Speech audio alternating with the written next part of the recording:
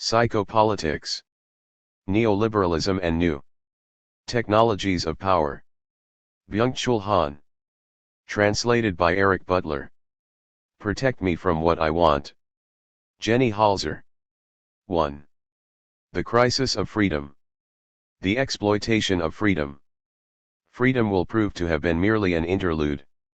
Freedom is felt when passing from one way of living to another, until this too turns out to be a form of coercion. Then, liberation gives way to renewed subjugation. Such is the destiny of the subject, literally, the one who has been cast down. Today, we do not deem ourselves subjugated subjects, but rather projects, always refashioning and reinventing ourselves. A sense of freedom attends passing from the state of subject to that of project. All the same, this projection amounts to a form of compulsion and constraint, indeed, to a more efficient kind of subjectivation and subjugation. As a project deeming itself free of external and alien limitations, the I is now subjugating itself to internal limitations and self-constraints, which are taking the form of compulsive achievement and optimization. We are living in a particular phase of history.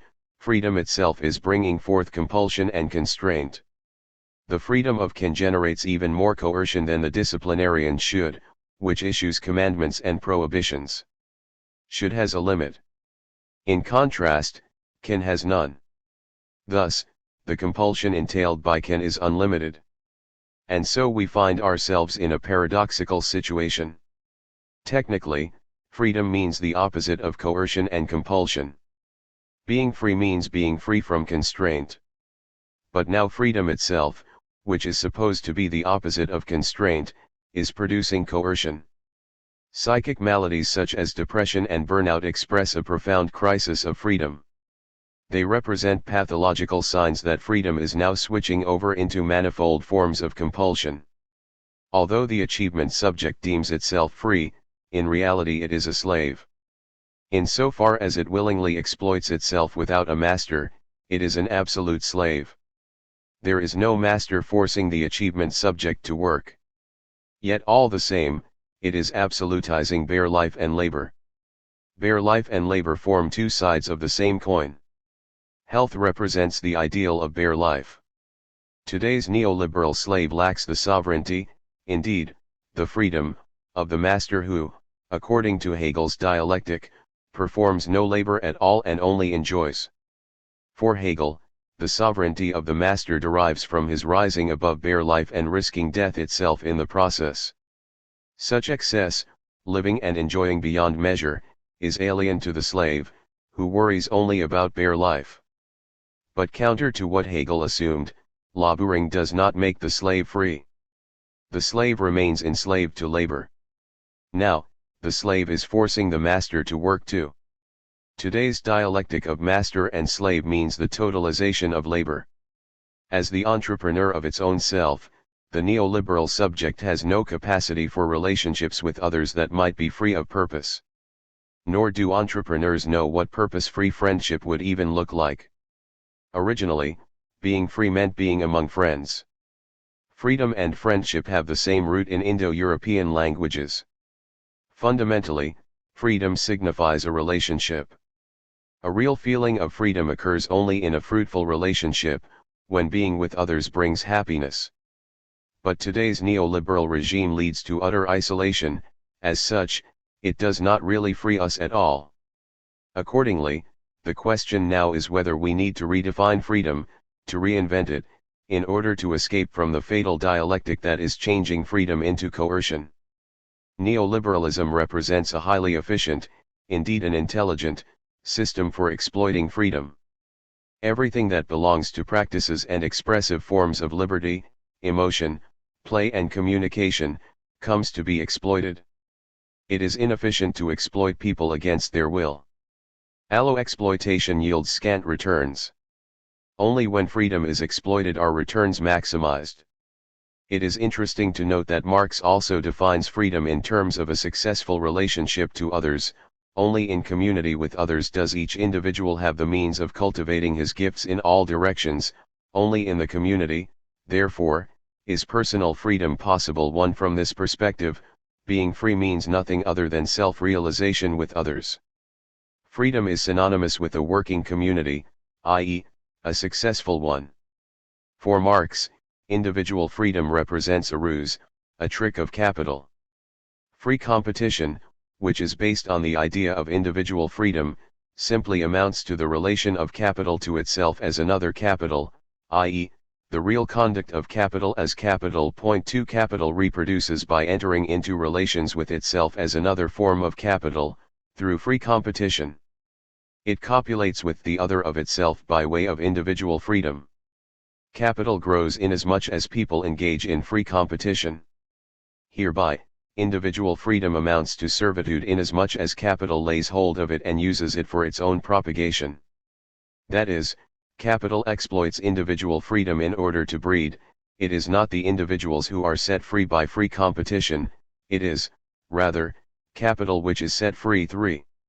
The freedom of capital achieves self-realization by way of individual freedom. In the process, individuals degrade into the genital organs of capital. Individual freedom lends it an automatic subjectivity of its own, which spurs it to reproduce actively. In this way, capital continuously brings forth living offspring. Point 4 Today, individual freedom is taking on excessive forms. Ultimately, this amounts to nothing other than the excess of capital itself. The dictatorship of capital. At a certain level of development, according to Marx, the forces of production, human labor, modes of work and the material means available, come into conflict with the dominant relations of production, conditions of ownership and domination. Contradiction arises because the forces of production never stop evolving. Thus, industrialization brings forth new forces of production that come into conflict with structures of ownership and government that still resemble feudal conditions. In turn, this contradiction entails social crises, pushes to change the relations of production. For Marx, the contradiction is to be eliminated by way of the proletariat's struggle against the bourgeoisie, which will bring forth a communist social order. But counter to what Marx assumed, communist revolution cannot resolve the contradiction between forces of production and relations of production. The contradiction admits no dialectical aufhebung. Capitalism can always escape into the future precisely because it harbors permanent and inherent contradiction. Accordingly, industrial capitalism has now mutated into neoliberalism and financial capitalism, which are implementing a post-industrial, immaterial mode of production, instead of turning into communism. As a mutant form of capitalism, neoliberalism transforms workers into entrepreneurs.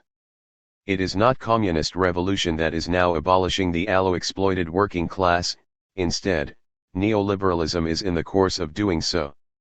Today, everyone is an auto-exploiting laborer in his or her own enterprise. People are now master and slave in one. Even class struggle has transformed into an inner struggle against oneself. The cooperative multitude that Antonio Negri has exalted as the post-Marxist successor to the proletariat does not describe the contemporary mode of production. Rather, conditions are defined by the solitude of an entrepreneur who is isolated and self-combating and practices auto-exploitation voluntarily. As such, it is a mistake to believe that the cooperative multitude will overthrow the parasitic empire and bring forth a communist social order. The Marxist scheme to which Negri adheres will prove to have been yet another illusion. In fact, no proletariat exists under the neoliberal regime at all. There is no working class being exploited by those who own the means of production. When production is immaterial, everyone already owns the means of production, him or herself. The neoliberal system is no longer a class system in the proper sense. It does not consist of classes that display mutual antagonism. This is what accounts for the system's stability. Today, the distinction between proletariat and bourgeoisie no longer holds either. Literally, proletarian means someone whose sole possessions are his or her children. Self-production is restricted to biological reproduction. But now the illusion prevails that every person, as a project free to fashion him or herself at will, is capable of unlimited self-production. This means that a dictatorship of the proletariat is structurally impossible. Today, the dictatorship of capital rules over everyone. The neoliberal regime transforms allo-exploitation into auto-exploitation. This process affects all classes. Such classless self-exploitation, which was something utterly unknown to Marx, renders impossible any social revolution based on the difference between the exploiters, on the one hand, and the exploited, on the other. Indeed, given the auto-exploiting achievement subject's isolation, no political we is even possible that could rise up and undertake collective action. People who fail in the neoliberal achievement society see themselves as responsible for their lot and feel shame instead of questioning society or the system. Herein lies the particular intelligence defining the neoliberal regime. No resistance to the system can emerge in the first place. In contrast, when allo-exploitation prevails, the exploited are still able to show solidarity and unite against those who exploit them. Such is the logic on which Marx's idea of a dictatorship of the proletariat is based. However, this vision presupposes that relations of repression and domination hold. Now, under the neoliberal regime of auto-exploitation, people are turning their aggression against themselves. This auto-aggressivity means that the exploited are not inclined to revolution so much as depression. In our world, we no longer work in order to satisfy our own needs. Instead, we work for capital. Capital generates needs of its own. Mistakenly, we perceive these needs as if they belong to us. Capital therefore represents a new kind of transcendence, which entails a new form of subjectivation. We are being expelled from the sphere of lived immanence, where life relates to life instead of subjugating itself to external ends.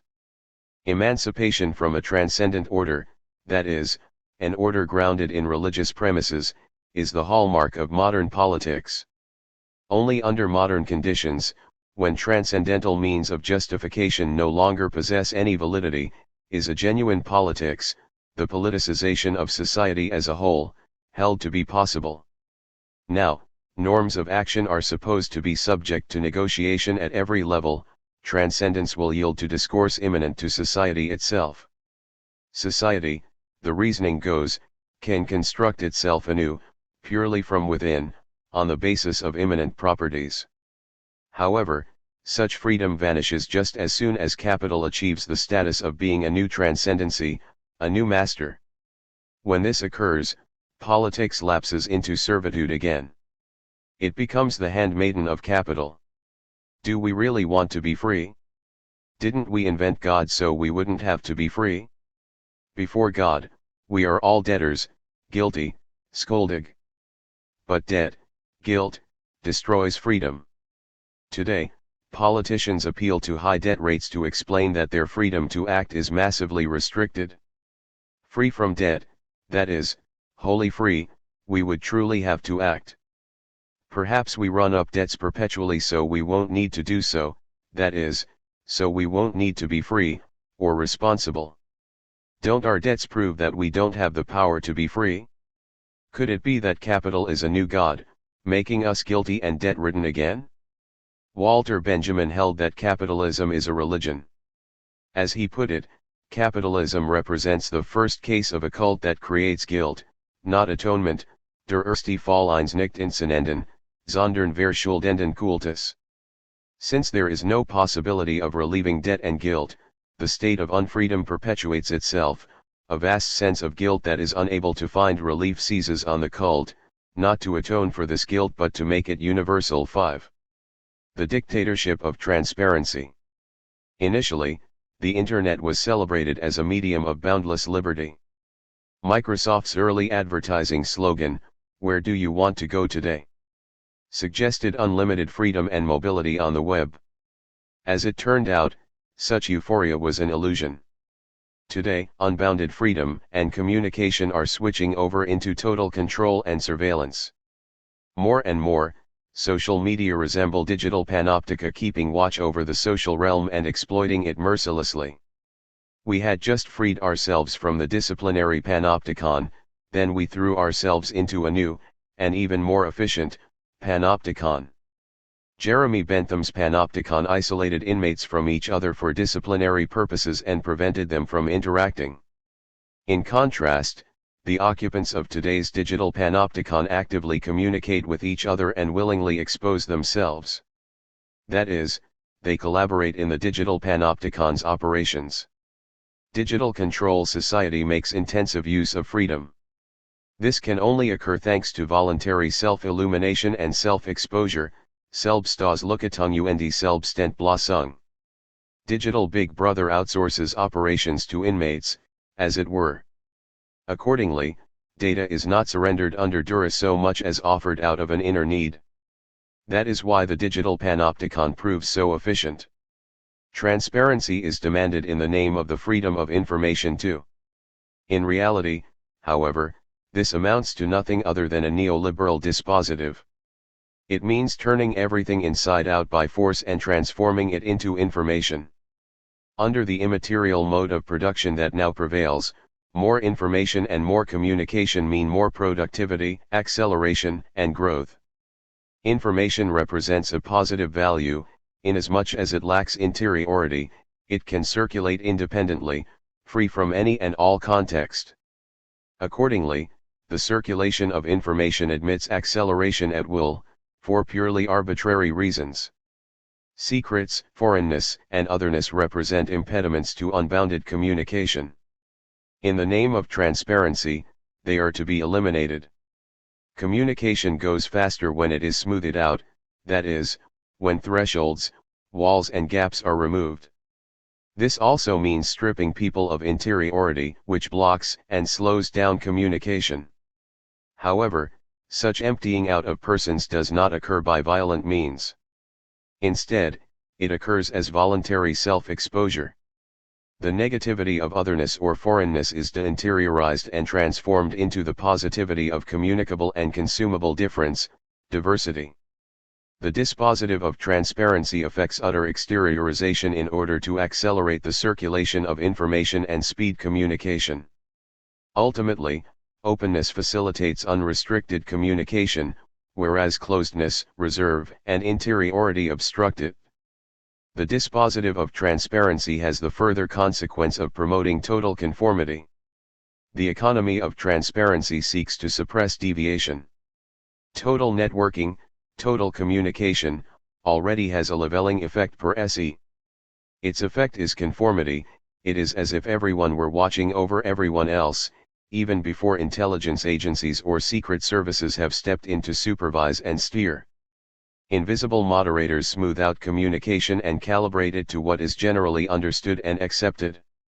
Such primary, intrinsic surveillance proves much more problematic than the secondary, extrinsic surveillance undertaken by secret services and spying agencies. Neoliberalism makes citizens into consumers. The freedom of the citizen yields to the passivity of the consumer. As consumers, today's voters have no real interest in politics, in actively shaping the community. They possess neither the will nor the ability to participate in communal, political action. They react only passively to politics, grumbling and complaining, as consumers do about a commodity or service they do not like. Politicians and parties follow this logic of consumption too. They have to deliver. In the process, they become nothing more than suppliers. Their task is to satisfy voters who are consumers or customers. The transparency demanded of politicians today is anything but a political demand. Transparency is not called for in political decision-making processes. No consumer is interested in that. Instead, and above all, the imperative of transparency serves to expose or unmask politicians, to make them an item of scandal. The call for transparency presupposes occupying the position of a shocked spectator. It is not voiced by engaged citizens so much as by passive onlookers. Participation now amounts to grievance and complaint. With that, the society of transparency, inhabited by onlookers and consumers, has given rise to a spectator democracy. An essential component of freedom is informational self-determination. The 1984 ruling on the census made by the German Federal Constitutional Court already declared, if citizens cannot know who knows what, when, and on what occasion about them, The right to informational self-determination is incompatible with social order and the legal order facilitating the same. 6. That said, this ruling was made at a time when people commonly believed they were facing the state as an instance of domination, which wrested information from citizens against their will. Such a time is long past. Today, we voluntarily expose ourselves without any external constraint at all, without an edict commanding us to do so. Of our own free will, we put any and all conceivable information about ourselves on the internet, without having the slightest idea who knows what, when or on what occasion. This lack of control represents a crisis of freedom to be taken seriously. Indeed, given the data that people make available willy-nilly, the very idea of protecting privacy, Datenschutz, is becoming obsolete. Today, we are entering the age of digital psychopolitics. It means passing from passive surveillance to active steering. As such, it is precipitating a further crisis of freedom. Now, free will itself is at stake. Big data is a highly efficient psychopolitical instrument that makes it possible to achieve comprehensive knowledge of the dynamics of social communication. This knowledge is knowledge for the sake of domination and control. Herrschaftswissen. It facilitates intervention in the psyche and enables influence to take place on a pre-reflexive level. For human beings to be able to act freely, the future must be open. However, big data is making it possible to predict human behavior. This means that the future is becoming calculable and controllable. Digital psychopolitics transforms the negativity of freely made decisions into the positivity of factual states, Sachverhalt.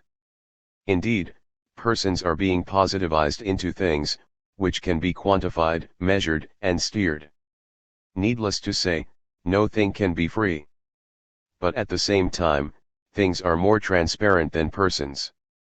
Big data has announced the end of the person who possesses free will. Every dispositive, every technology or technique of domination, brings forth characteristic devotional objects that are employed in order to subjugate. Such objects materialize and stabilize dominion. Devotion and related words mean submission, or obedience. Smartphones represent digital devotion. Indeed, they are the devotional objects of the digital, period. As a subjectivation apparatus, the smartphone works like a rosary, which, because of its ready availability, represents a handheld device too. Both the smartphone and the rosary serve the purpose of self-monitoring and control. Power operates more effectively when it delegates surveillance to discrete individuals. Like is the digital amen. When we click like, we are bowing down to the order of domination. The smartphone is not just an effective surveillance apparatus, it is also a mobile confessional. Facebook is the church, the global synagogue, literally, assembly, of the digital. 2. Smart power. Power commands highly different modes of appearance. Its most direct and immediate form finds expression as the negation of freedom. This enables power holders to impose their will against the will of those subject to power, by violence, if need be. However, power is not limited to breaking down resistance and forcing obedience. It need not take the form of coercion. Power that relies on violence does not represent power of the highest order. The mere fact that another will manages to form and turn against the power holder attests to the latter's weakness. Wherever power does not come into view at all, it exists without question. The greater power is, the more quietly it works. It just happens, it has no need to draw attention to itself. To be sure, power can express itself as violence or repression. But it is not based on force. Power need not exclude, prohibit, or censor. Not does it stand opposed to freedom. Indeed, power can even use freedom to its own ends. Only in its negative form does power manifest itself as a violence that says no by shattering the will and annulling freedom. Today, power is assuming increasingly permissive forms. In its permissivity, indeed, in its friendliness, power is shedding its negativity and presenting itself as freedom. Disciplinary power is still commanded by negativity. Its mode of articulation is inhibitive, not permissive. Because it is negative, it does not describe the neoliberal regime, which beams forth in positivity. The neoliberal regime's technology of power takes on subtle, supple, and smart forms, thereby, it escapes all visibility. Now, the subjugated subject is not even aware of its own subjugation. The whole context of domination, Herrschaftszusammenhang, remains entirely hidden. Consequently, the subject thinks itself free. Inasmuch as it expends a great deal of energy to force people into the straitjacket of commandments and prohibitions, disciplinary power proves inefficient. A significantly more efficient technology of power makes sure that people subordinate themselves to power relations on their own. Such a dynamic seeks to activate, motivate, and optimize, not to inhibit or repress. It proves so effective because it does not operate by means of forbidding and depriving, but by pleasing and fulfilling. Instead of making people compliant, it seeks to make them dependent. Power that is smart and friendly does not operate frontally, i.e., against the will of those who are subject to it. Instead, it guides their will to its own benefit. It says yes more often than no, it operates seductively, not repressively. It seeks to call forth positive emotions and exploit them. It leads astray instead of erecting obstacles. Instead of standing opposed to the subject, smart and friendly power meets the subject halfway. Smart power cozies up to the psyche rather than disciplining it through coercion or prohibitions. It does not impose silence. Rather, it is constantly calling on us to confide, share and participate, to communicate our opinions, needs, wishes and preferences, to tell all about our lives. Friendly power proves more powerful, as it were, than purely repressive power. It manages not to be seen at all. Today's crisis of freedom stems from the fact that the operative technology of power does not negate or repress freedom so much as exploit it. Free choice, Wahl, is eliminated to make way for a free selection, Auswahl, from among the items on offer. Smart power with a liberal, friendly appearance, power that stimulates and seduces, is more compelling than power that imposes, threatens, and decrees. Its signal and seal is the like button. Now, people subjugate themselves to domination by consuming and communicating, and they click like all the while. Neoliberalism is the capitalism of like. It is fundamentally different from 19th-century capitalism, which operated by means of disciplinary constraints and prohibitions. Smart power reads and appraises our conscious and unconscious thoughts. It places its stock in voluntary self-organization and self-optimization. As such, it has no need to overcome resistance. Mastery of this sort requires no great expenditure of energy or violence. It simply happens. The capitalism of like should come with a warning label, "Protect me from what I want." 3. The mole and the snake. Disciplinary society consists of settings and institutions of confinement. The family, schools, prisons, barracks, hospitals, and factories all represent disciplinary spaces that confine. The disciplinary subject changes from one milieu of confinement to the next. In so doing, it moves within a closed system. The inhabitants of milieus of confinement can be ordered in space and time. The animal of disciplinary society is the mole. In his postscript on the societies of control, Deleuze diagnoses a general crisis affecting all milieus of confinement. 1. Their closedness and rigidity pose a problem.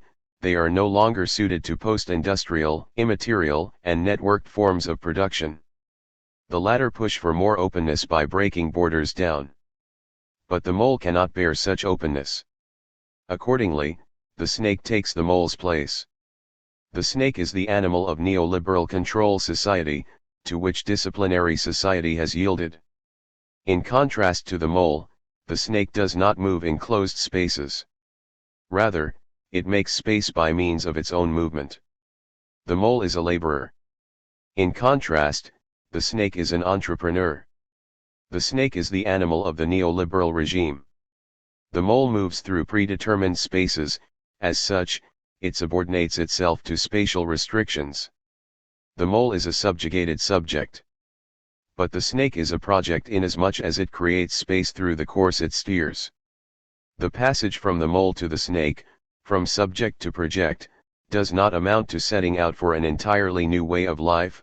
Instead, it represents a mutation, indeed an intensification, of capitalism, which remains one and the same. The mole's restricted movements impose limits on productivity. Even when it labors in disciplined fashion, it cannot exceed a certain level of productivity. The snake eliminates such limitations through new forms of movement. Accordingly, the capitalist system is switching from the mole model to the snake model in order to generate more productivity. According to Deleuze, the disciplinary regime organizes itself as a body. It is a biopolitical regime. The neoliberal regime, in contrast, seems like a soul point too. As such, psychopolitics is its form of government.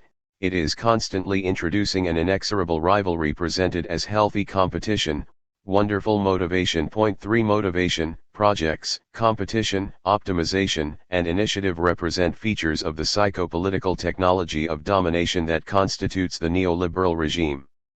Above all, the snake embodies the guilt and debts, die Schuld, die Schulden, that the neoliberal regime employs as instruments of domination. 4. Biopolitics.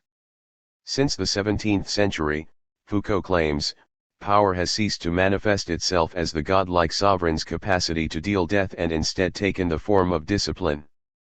The power of sovereignty is the might of the sword. It threatens with death and exploits the privilege to seize hold of life in order to suppress it. Point 1 In contrast, disciplinary power is not a power to deal death, but a power over life. Its function is no longer to kill but to invest life through and through. Point 2 Hereby, the old power of death yields to the careful administration of bodies and the calculated management of life. Point 3. The transition from the power of sovereignty to disciplinary power followed from changes in forms of production, specifically the shift from agrarian to industrial production.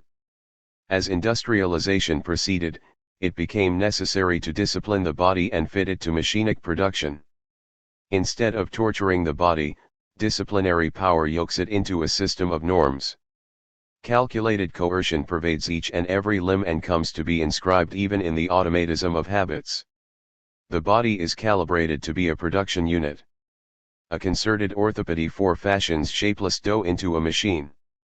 Disciplines are methods which make possible the meticulous control of the operations of the body, which assure the constant subjection of its forces and impose upon them a relation of docility-utility. Point 5. Disciplinary power is normative power. It subjects the subject to a set of rules, norms, commandments, and prohibitions, and eliminates deviations and anomalies. Such negativity of training and drills, a brick tongue, is constitutive of disciplinary power. On this point, it approaches the power of sovereignty, which has its basis in the negativity of levying and conscription, abscofung. Both sovereign power and disciplinary power pursue allo-exploitation. They bring forth the obedience subject. Disciplinary technology also reaches beyond the physical realm, into the mental sphere.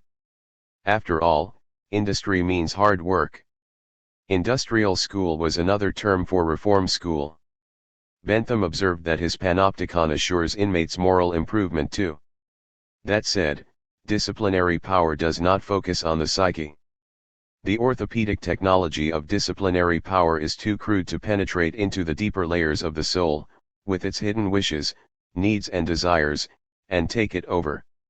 Bentham's big brother only observes inmates from the outside. His panopticon is bound to the optical medium.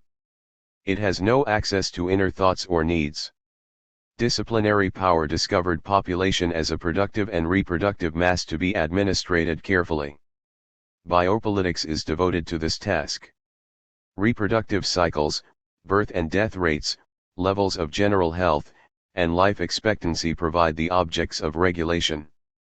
Foucault explicitly discusses the biopolitics of the population. Point 6 Biopolitics is the governmental technology of disciplinary power.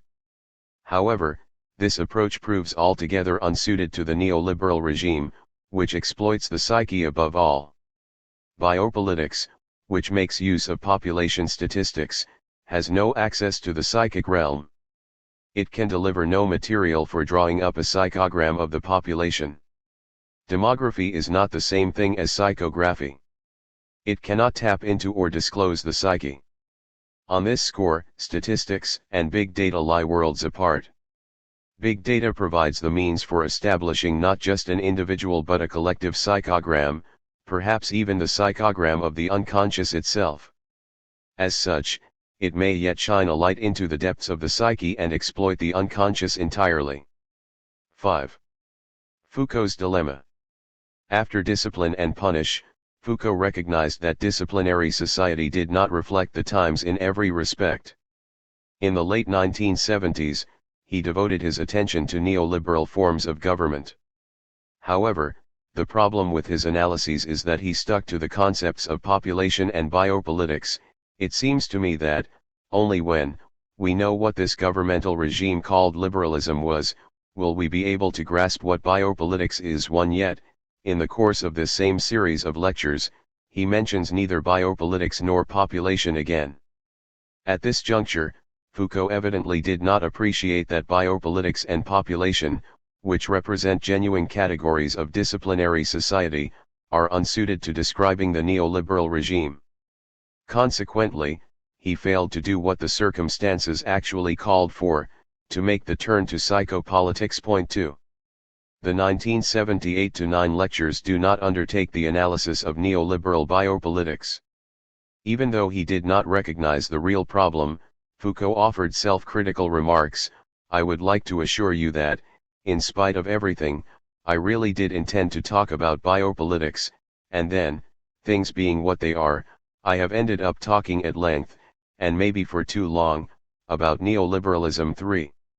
In the introduction to Homo Sacer, Giorgio Agamben speculates that Foucault's death kept him from showing how he would have developed the concept and study of biopolitics. But counter to such guesswork, if Foucault's early death kept him from anything, it deprived him of the chance to re-evaluate his idea of biopolitics, and abandon it in order to investigate neoliberal psychopolitics. Agamben's analysis of domination also fails to approach the technologies of power in the neoliberal regime in meaningful fashion. The homines sacri of today have not been shut out of the system, they have been shut into the system. Foucault explicitly ties biopolitics to capitalism's disciplinary form, which socializes the body in its productive capacity. For capitalist society, it is biopolitics, the biological, the somatic, the corporal, that matters more than anything else. 5. In other words, biopolitics fundamentally concerns the biological and the physical. All in all, it constitutes a politics of the body in the fullest sense. But neoliberalism, a further development, indeed, a mutated form, of capitalism, is not primarily concerned with the biological, the somatic, the corporal. It has discovered the psyche as a productive force.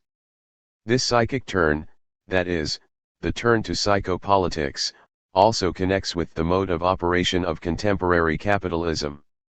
Now, immaterial and non-physical forms of production are what determine the course of capitalism. What gets produced are not material objects, but immaterial ones, for instance, information and programs.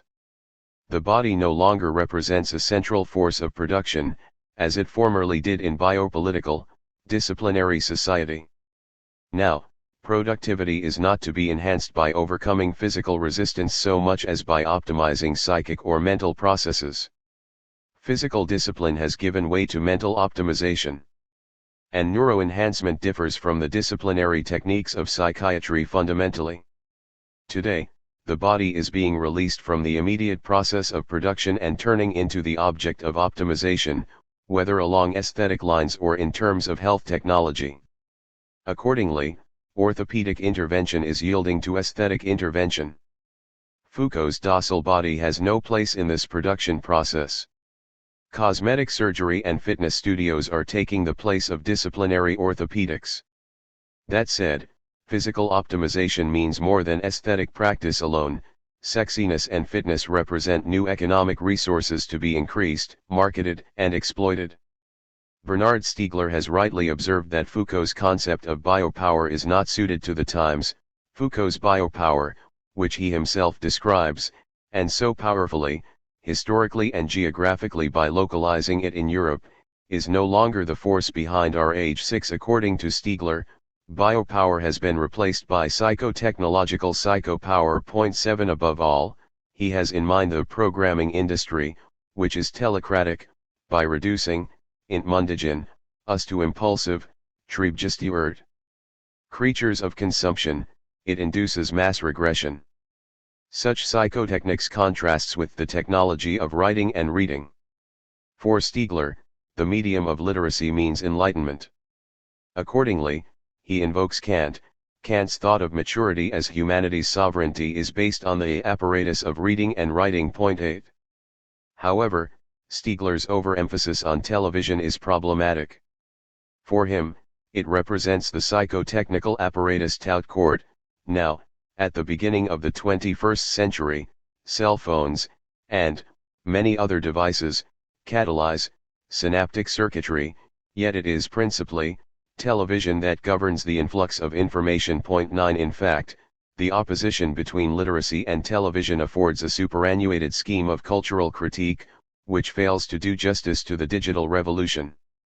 Strangely, Stiegler hardly examines truly digital technologies such as the Internet and social media, which prove fundamentally different from the mass media of the past.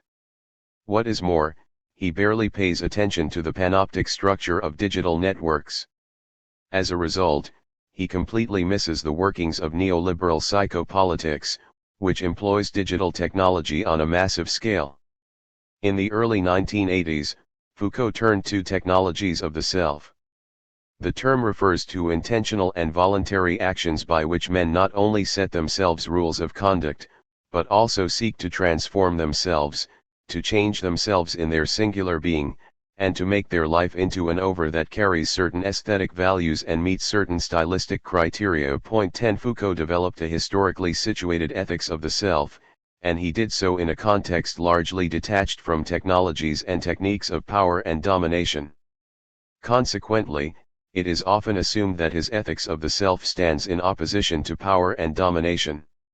Indeed, Foucault himself pointed out the shift he was making from technologies of power to technologies of the self. Perhaps I've insisted too much on the technology of domination and power. I am more and more interested in the interaction between oneself and others and in the technologies of individual domination, the history of how an individual acts upon himself, in the technology of the self. 11. In fact, the blind spot in Foucault's analysis is the technology of power under the neoliberal regime. Foucault did not see that the neoliberal regime utterly claims the technology of the self for its own purposes, perpetual self-optimization, as the exemplary neoliberal technology of the self, represents nothing so much as a highly efficient mode of domination and exploitation. 12. As an entrepreneur of himself. 13. The neoliberal achievement subject engages in auto-exploitation willingly, and even passionately. The self as a work of art amounts to a beautiful but deceptive illusion that the neoliberal regime maintains in order to exhaust its resources entirely. Under neoliberalism, the technology of power takes on a subtle form. It does not lay hold of individuals directly. Instead, it ensures that individuals act on themselves so that power relations are interiorized, and then interpreted as freedom. Self-optimization and submission, freedom and exploitation, fall into one. Such engineering of freedom and exploitation, which occurs in order to effect self-exploitation, is what escaped Foucault. 6. Healing as killing. Neoliberal psychopolitics is always coming up with more refined forms of exploitation. Countless self-management workshops, motivational retreats and seminars on personality or mental training promise boundless self-optimization and heightened efficiency. They are steered by neoliberal techniques of domination, which aim to capitalize not just on working time but on the person him or herself, all the attention the individual commands and, indeed, his or her very life. Neoliberalism has discovered integral human being as the object of exploitation. The neoliberal imperative of self-optimization serves only to promote perfect functioning within the system. Inhibitions, points of weakness and mistakes are to be therapeutically eliminated in order to enhance efficiency and performance. In turn, everything is made comparable and measurable and subjected to the logic of the market. It is not concern for the good life that drives self-optimization. Rather, self-optimization follows from systemic constraints, from the logic of quantifying success on the market. The age of sovereignty was the age of levying and conscription, the expropriation and appropriation of goods and services. The power of sovereignty expressed itself as the right to seize and dispose at will. In contrast, disciplinary society banks on production. It is the age of active and industrial added value. That said, the time for creating new value which is real is over and done. Indeed, under the financial capitalism of our day, value is being destroyed at the root, eradicated. The neoliberal regime is in the course of inaugurating the age of exhaustion. Today, the psyche itself is being exploited. Accordingly, psychic maladies such as depression and burnout define our times. In contemporary American self-help literature, the magic word is healing. The term refers to self-optimization that is supposed to therapeutically eliminate any and all functional weakness or mental obstacle in the name of efficiency and performance. Yet perpetual self-optimization, which coincides point for point with the optimization of the system, is proving destructive. It is leading to mental collapse. Self-optimization, it turns out, amounts to total self-exploitation. The neoliberal ideology of self-optimization displays religious, indeed, fanatical, traits. It entails a new form of subjectivation. Endlessly working at self-improvement resembles the self-examination and self-monitoring of Protestantism, which represents a technology of subjectivation and domination in its own right. Now, instead of searching out sins, one hunts down negative thoughts. The ego grapples with itself as an enemy. Today, even fundamentalist preachers act like managers and motivational trainers, proclaiming the new gospel of limitless achievement and optimization. It is impossible to subordinate human personhood to the dictates of positivity entirely. Without negativity, life degrades into something dead. 1 Indeed, negativity is what keeps life alive. Pain is constitutive for experience, Erfahrung. Life that consists wholly of positive emotions and the sensation of flow too is not human at all. The human soul owes its defining tautness and depth precisely to negativity. That tension of the soul in unhappiness which cultivates its strength, its inventiveness and courage in enduring, persevering, interpreting and exploiting suffering, and whatever has been granted to it of profundity, secret, mask, spirit, cunning, greatness, was it not granted through suffering, through the discipline of great suffering? 3. The imperative of boundless optimization even manages to exploit pain. Thus, the famous motivational speaker Tony Robbins has written, "When you set a goal, you've committed to CANI, constant, never-ending improvement. You've acknowledged the need that all human beings have for constant, never-ending improvement. There is a power in the pressure of dissatisfaction, in the tension of temporary discomfort. This is the kind of pain you want in your life." 4. Now, the only pain that is tolerated is pain that can be exploited for the purposes of optimization. But the violence of positivity is just as destructive as the violence of negativity. 5 Neoliberal psychopolitics, with the consciousness industry it promotes, is destroying the human soul, which is anything but a machine of positivity, positive masculine. The neoliberal subject is running aground on the imperative of self-optimization, that is, on the compulsion always to achieve more and more. Healing, it turns out, means killing. 7. Shock. Naomi Klein's shock doctrine, which smacks of conspiracy, calls the first of its two main characters Dr. Shock. This is the name given to the Montreal psychiatrist Dr. Ewan Cameron, who believed that administering electric shocks could destroy bad elements within the brain, erase them and enable a new personality to be constructed starting from a clean slate. By means of electroshock, Cameron plunged his patients into a state of chaos that was supposed to provide the basis for their rebirth as healthy, model citizens. In other words, he understood the acts of destruction he performed as a kind of creation. The psyche was subjected to a violent debranding and rebranding. It was to be newly formatted and rewritten, as it were. Cameron set up a panopticon with isolation chambers, where he conducted human experiments of the utmost cruelty. The rooms were like torture chambers. First, over the course of a month, patients were administered powerful electroshocks. This served to expunge their memories. In the process, they were also given mind-altering drugs. Their hands and arms were stuck in cardboard tubes in order to keep them from touching their bodies, i.e. to prevent them from having any encounter with their own self-image. Moreover, Cameron deprived his patients of sensory impressions by inducing extended sleep by pharmaceutical means. They were brought out of this state only to eat and perform bodily functions. Such conditions could last for up to 30 days. Staff were instructed to prohibit patients from speaking. Cameron's hospital was a panopticon far crueler than Bentham's. The CIA funded Cameron's research, which took place at the height of the Cold War. A fervent anti-communist, Cameron thought his experiments were part of the battle. He likened his patients to communist prisoners of war undergoing interrogation. 1 Indeed, his practices resembled interrogation techniques. They occurred in conjunction with brainwashing and the ideological struggles of the Cold War. The Manichaean opposition between good and evil lay at their foundation. Evil would be wiped away, eradicated, and replaced by good. Likewise, the negativity of immunological defense against the other, or the enemy, defined Cameron's practices. As Dr. Shock, Cameron represents a phenomenon of the immunological age. The immunological intervention of shock therapy takes aim at the other, the alien, the enemy. It is meant to disarm the adversary, so his soul may be inscribed with a different ideology, another narrative.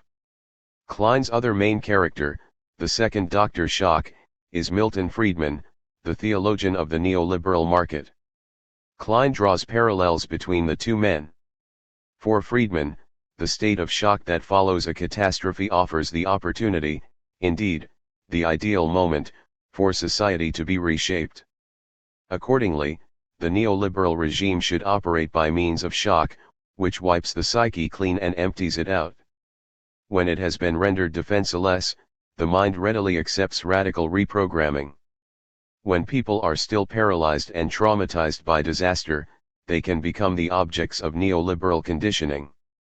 Friedman's mission, like Cameron's, rested on a dream of reaching back to a state of natural health, when all was in balance, before human interferences created distorting patterns. Where Cameron dreamed of returning the human mind to that pristine state, Friedman dreamed of depatterning societies, of returning them to a state of pure capitalism, cleansed of all interruptions, government regulations, trade barriers, and entrenched interests. Also, like Cameron, Friedman believed that when the economy is highly distorted, the only way to reach that prelapsarian state was to deliberately inflict painful shocks. Only bitter medicine could clear those distortions and bad patterns out of the way. 2. But Klein's theory of shock blinds her to the actual workings of neoliberal psychopolitics. Shock therapy is a genuinely disciplinary technique. Violent psychiatric interventions of this kind are employed in disciplinary society alone. They number among the biopolitical measures of coercion. As psychodisciplines, they are orthopedic in nature. In contrast, the neoliberal technology of power does not exercise disciplinary coercion. Electroshock's mode of operation differs fundamentally from that of neoliberal psychopolitics. Electroshock owes its efficacy to paralyzing and annihilating the contents of the psyche. Its essential trait is negativity. In contrast, neoliberal psychopolitics is dominated by positivity. Instead of working with negative threats, it works with positive stimuli. Instead of administering bitter medicine, it enlists liking. It flatters the psyche instead of shaking it and paralyzing it with shocks. Neoliberal psychopolitics seduces the soul, it preempts it in lieu of opposing it. It carefully protocols desires, needs and wishes instead of depatterning them. By means of calculated prognosis, it anticipates actions, and acts ahead of them instead of cancelling them out. Neoliberal psychopolitics is smart politics, it seeks to please and fulfill, not to repress. 8. Friendly Big Brother. Newspeak is the name for the ideal language in George Orwell's surveillance state. It is meant to supplant old speak entirely. Newspeak has only one goal, to restrict room for thinking freely. Every year, words decrease in number, and the space for conscious thought diminishes. Syme, a friend of 1984's hero Winston, raves about the beauty of destroying words. Thought crimes, he enthuses, will be made impossible when the words necessary for them are struck from the lexicon. In the process, the notion of freedom will be abolished too. On this score, Orwell's surveillance state differs fundamentally from the world of the digital panopticon, which uses freedom to excess. Today's society of information is not characterized by destroying words, but by multiplying them without end. The spirit of the Cold War and the negativity of enmity dominate Orwell's novel. The country it describes is in a state of permanent war. Julia, Winston's love interest, speculates that the bombs raining down on London every day have been launched by Big Brother and the party in order to maintain fear and terror in the populace. The enemy of the people is called Emmanuel Goldstein. He commands a network of underground conspirators seeking to overthrow the government. Big Brother is at ideological war with Goldstein. 2 Minutes Hate, broadcast daily on the telescreen, takes aim at Goldstein. In the Ministry of Truth, in fact, a ministry of lies, the past is revised and fitted to ideology. Orwell's surveillance state employs the psychotechnical methods of brainwashing, electroshock, sleep deprivation, solitary confinement, drugs, and physical torture. The Ministry of Plenty, Newspeak, Many Plenty, sees to it that consumer goods are always lacking, so that an artificial state of need may be maintained. Orwell's surveillance state, with its telescreens and torture chambers, is fundamentally different from today's digital panopticon, with its internet, smartphones, and Google Glass.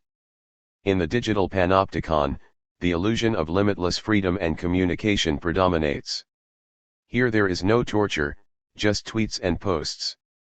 Nor is there a mysterious ministry of truth. Transparency and information have taken the place of truth. The new conception of power does not involve controlling the past, but steering the future psychopolitically. The neoliberal technology of power does not prohibit, protect, or repress, instead, it prospects, permits and projects. Consumption is not held in check, but maximized. No production of scarcity occurs, instead, surplus is generated, indeed, a superabundance of positivity. Everyone is encouraged to communicate and consume. The principle of negativity, which still defined Orwell's state, has yielded to the principle of positivity. Needs are not repressed, but stimulated. Confession obtained by force has been replaced by voluntary disclosure. Smartphones have been substituted for torture chambers. Big Brother now wears a friendly face. His friendliness is what makes surveillance so efficient. Bentham's Big Brother was invisible, but he was everywhere in prisoners' minds. Inmates interiorized him. In contrast, the inhabitants of today's digital panopticon never really feel that they are being watched or threatened. Consequently, surveillance state is an imprecise name for describing the digital panopticon.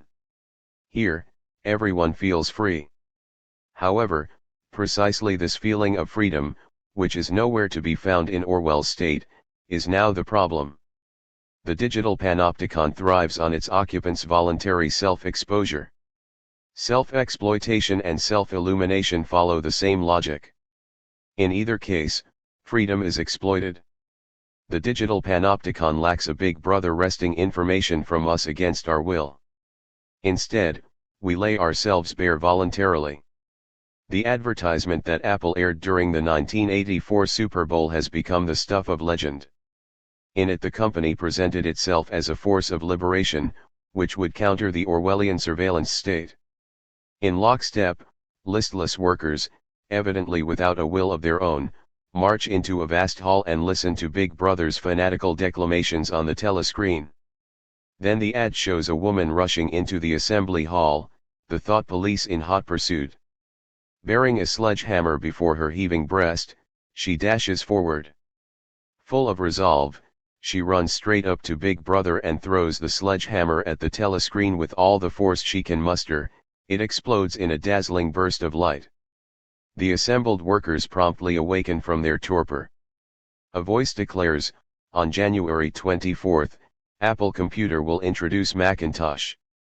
And you'll see why 1984 won't be like 1984. But despite Apple's message, 1984 did not signal the end of the surveillance state so much as the inception of a new kind of control society, one whose operations surpass the Orwellian state by leaps and bounds. Now, communication and control have become one, without remainder. Now, everyone is his or her own panopticon. 9. Emotional capitalism. Today, talk of feeling and emotion has grown inflationary. Many academic disciplines are researching emotion. All of a sudden, the human being no longer counts as an animal rationale, instead, man is a creature of sentiment. That said, hardly anyone bothers to ask where this sudden interest in emotions came from. Scientific emotion researchers are clearly not reflecting much on their own activities. Thus, they have failed to remark that the emotional boom stems from an economic process, above all. Worse still, utter conceptual confusion prevails. Emotion, feeling, and affect seem interchangeable for many researchers. Yet feeling and emotion are not identical.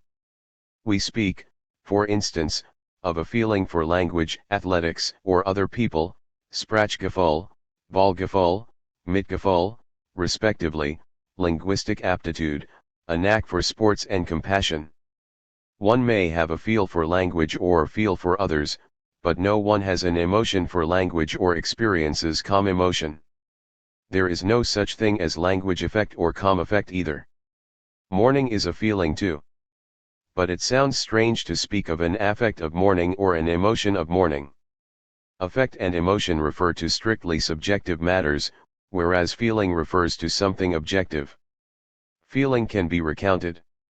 It has narrative length, or breadth. Neither affect nor emotion admits an account. The crisis of feelings that can be observed in contemporary theater also represents a crisis of giving account, Erzählung. Today, the narrative theater of feelings is yielding to a clamorous theater of affects. Because narrative is lacking, an effective mass gets piled onto the stage. But, in contrast to feeling, affect does not open up space. Instead, it steers a linear path in order to discharge, to unload itself. The digital medium is an affect medium too. Digital communication fosters the immediate release of affect, catharsis, affektabwehr. Simply on the basis of its temporality, digital communication conveys affect more than it transmits feeling. Shitstorms are streams of affect. They represent exemplary phenomena of digital communication. Feelings are constative. For instance, we say, I have a feeling that. In contrast, it is impossible to say, I have an affect, or an emotion, that. Emotions are not constative, but performative. They refer to actions and deeds. Furthermore, they are intentional and goal-oriented. Feelings, on the other hand, do not necessarily display an intentional structure. Often, the feeling of anxiety has no concrete object. That is what makes anxiety different from fear, which has an intentional structure. Nor is a feel, that is, a sense, for language intentional. Its non-intentionality is what distinguishes it from linguistic expression, which, because it expresses, is emotive. A feeling of cosmic oneness, an oceanic sense of the world, ein kosmisches Mitgefühl, ein ozeanisches Weltgefühl, that does not focus on anything or anyone in particular is also possible. Neither emotions nor affects achieve the dimensions that characterize feelings. Emotions and affects are expressions of subjectivity. Feelings also have a different temporality than emotions. They admit duration.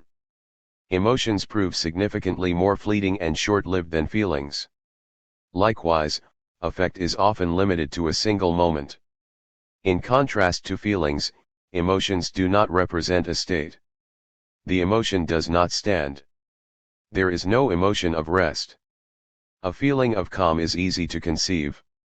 In contrast, the expression emotional state has a paradoxical ring. Emotions are dynamic, situative and performative. Emotional capitalism exploits precisely these qualities. Feelings, in contrast, cannot be readily exploited inasmuch as they have no performativity. Finally, affects are not performative so much as eruptive, they lack performative directionality. Atmosphere, or mood, Stimmung, differs from both feeling and emotion. It possesses even more objectivity than feeling. Objectively, a space or room can harbor any given atmosphere. An atmosphere or mood expresses a way it is. In contrast, emotions derive from deviations from the way it is. For instance, a place may diffuse a friendly mood. This atmosphere is something wholly objective. But there is no such thing as a friendly emotion or a friendly affect. Atmosphere/mood is neither intentional nor performative. It is the element where one happens to find oneself, etwas, waarin man sich befindet. It represents a state of being or state of mind, Befindlichkeit. As such, atmosphere is static and constellative, whereas emotion is dynamic and performative. Where distinguishes a state, a disposition, in contrast with a direction, defines emotion. Feeling, in turn, is a matter of wherefore, why. Eva allows cold intimacies. The making of emotional capitalism offers no answer to the question of why it is that feelings experience a boom under conditions of capitalism, in particular. What is more, the book equates feelings and emotions without drawing any conceptual distinction at all. Nor is it very useful to locate the question of feelings under capitalism at its inaugural stages. Weber's Protestant ethic contains at its core a thesis about the role of emotions in economic action, for it is the anxiety provoked by an inscrutable divinity which is at the heart of the capitalist entrepreneur's frantic activity. It is mistaken to understand anxiety in terms of emotion. Anxiety is a feeling. Its corresponding temporality proves incompatible with affect. Affect is not a constant state. As such, it lacks the constancy that defines feeling. It is the constant feeling of anxiety that would entail frantic entrepreneurial activity. But what Weber analyses is the ascetic capitalism of accumulation, which obeys rational logic more than it follows emotional logic. Accordingly, capitalism of this sort does not feed into consumer capitalism, which derives its profits from emotions.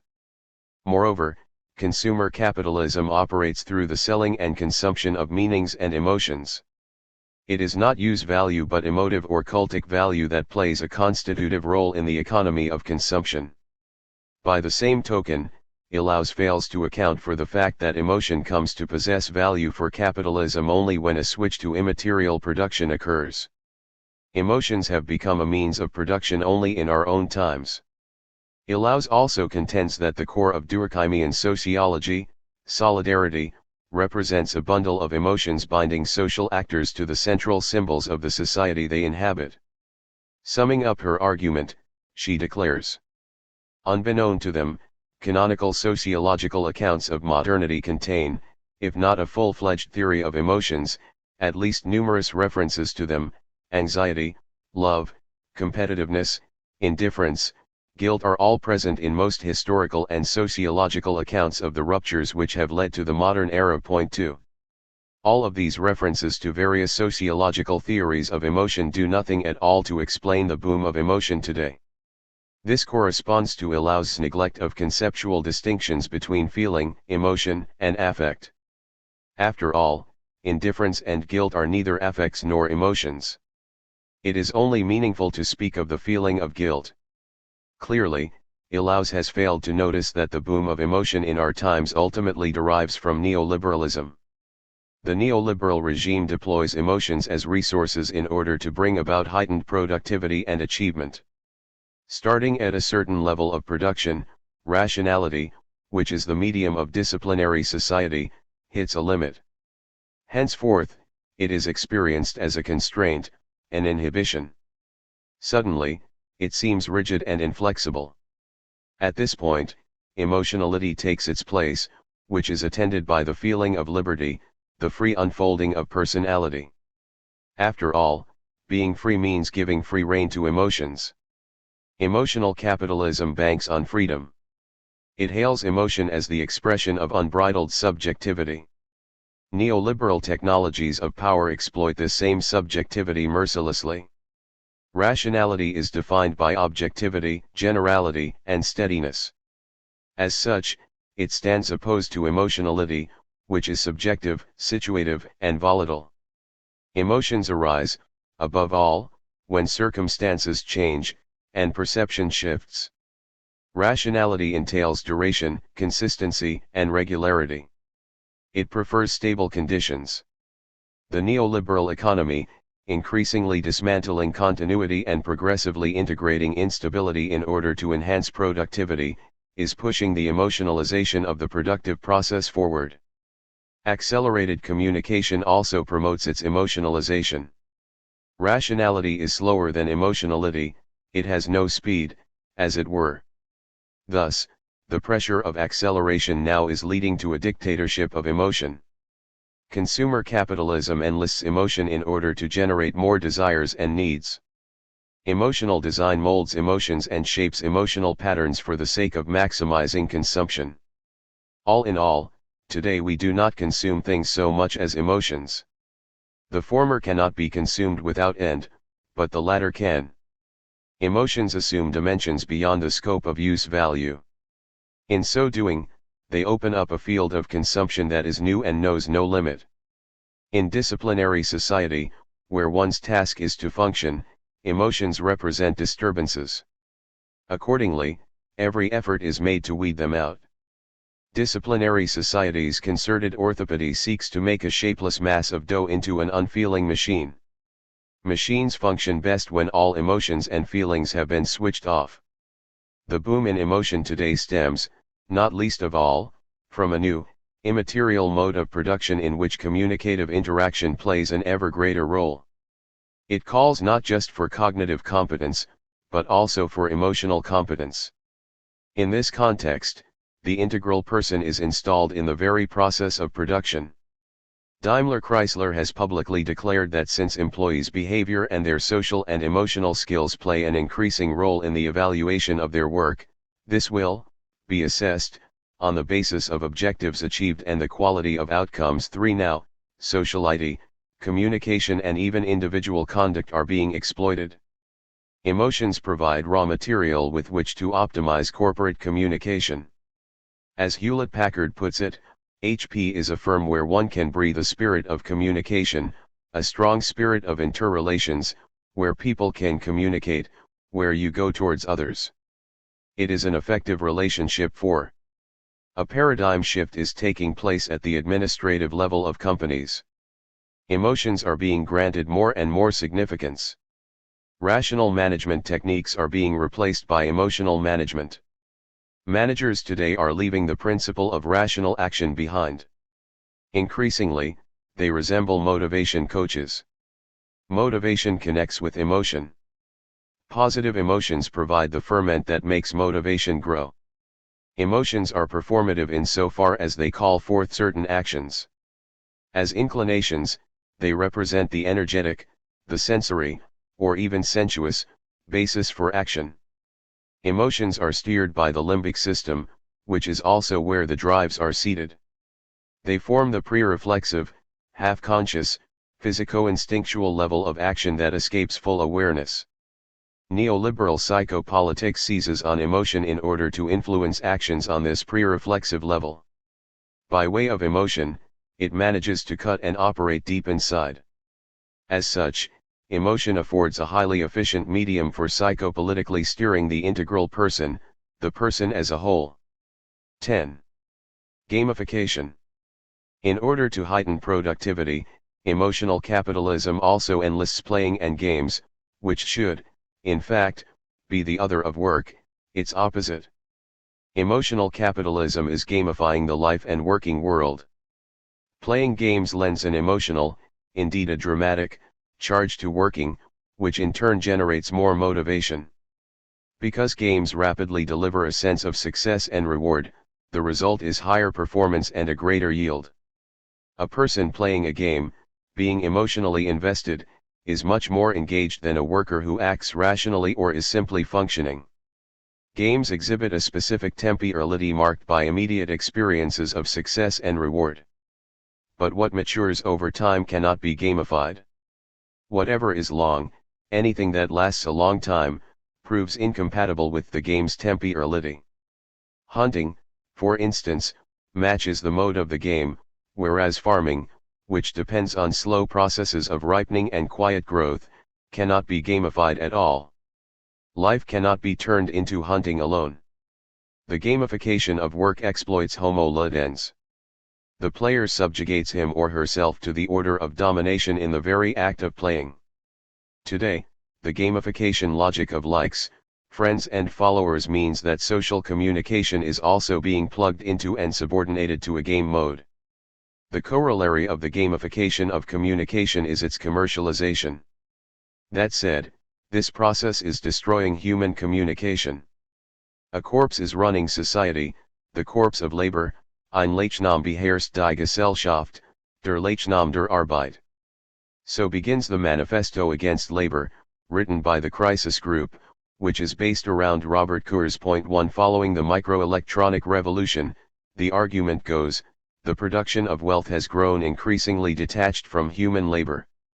Yet at the same time, society has never been so thoroughly committed to work as it is in our post-Fordist age, an epoch that, in actual fact, is only making labor more and more superfluous. The manifesto points out that the political left, in particular, has exalted labor. Not only has it declared work the essence of human being, more still, it has mystified labor and pronounced it the opposite principle to capital. The left does not view work itself as a scandal, only its exploitation. For this reason, the manifesto concludes, the program of all workers' parties has always been simply the liberation of labor, instead of liberation from labor. Labor and capital, then, represent two sides of the same coin. Yet despite highly vigorous forces of production, we have not witnessed the advent of the realm of freedom, Reich der Freiheit, where labor determined by necessity and external expediency ends. Point 2. Ultimately, Marx himself adhered to the primacy of labor. The increase of free time, he contends, reacts back upon the power of labor as itself the greatest productive power. Point 3. But with that, the realm of necessity comes to colonize the realm of freedom. Idle time as time for higher activity transforms its possessor into a different subject with greater productive force than one who merely toils. As time for the full development of the individual, free time contributes to the production of fixed capital. Point 4. In fact, this means that knowledge gets capitalized too. In modern parlance, more leisure time means increased human capital. Idleness that might otherwise be devoted to activities free of purpose and constraint are integrated into the operations of capital. Even though Marx speaks of capital fix being man himself, human beings, endowed with general intellect, are now transforming themselves into capital.